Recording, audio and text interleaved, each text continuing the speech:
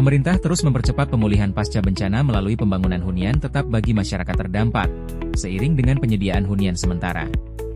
Berdasarkan pemantauan lapangan, percepatan pembangunan hunian tetap dilakukan di sejumlah wilayah.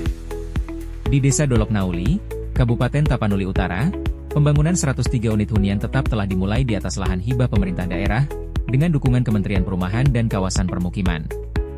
Pembangunan ini ditargetkan rampung pada April 2026. Percepatan serupa juga berlangsung di Kabupaten Tapanuli Selatan. Sebanyak 227 unit hunian tetap tengah dibangun di Desa Sigalagala, Kecamatan Batang Toru, bagi warga terdampak banjir besar. Di sisi lain, pembangunan hunian sementara masih terus berjalan, termasuk di wilayah terpencil Desa Sibalanga, Tapanuli Utara, serta di Kota Padang yang melibatkan kolaborasi lintas sektor. Melalui langkah terpadu ini, pemerintah memastikan proses pemulihan pasca bencana berjalan berkelanjutan dan berpihak pada keselamatan serta kenyamanan masyarakat terdampak.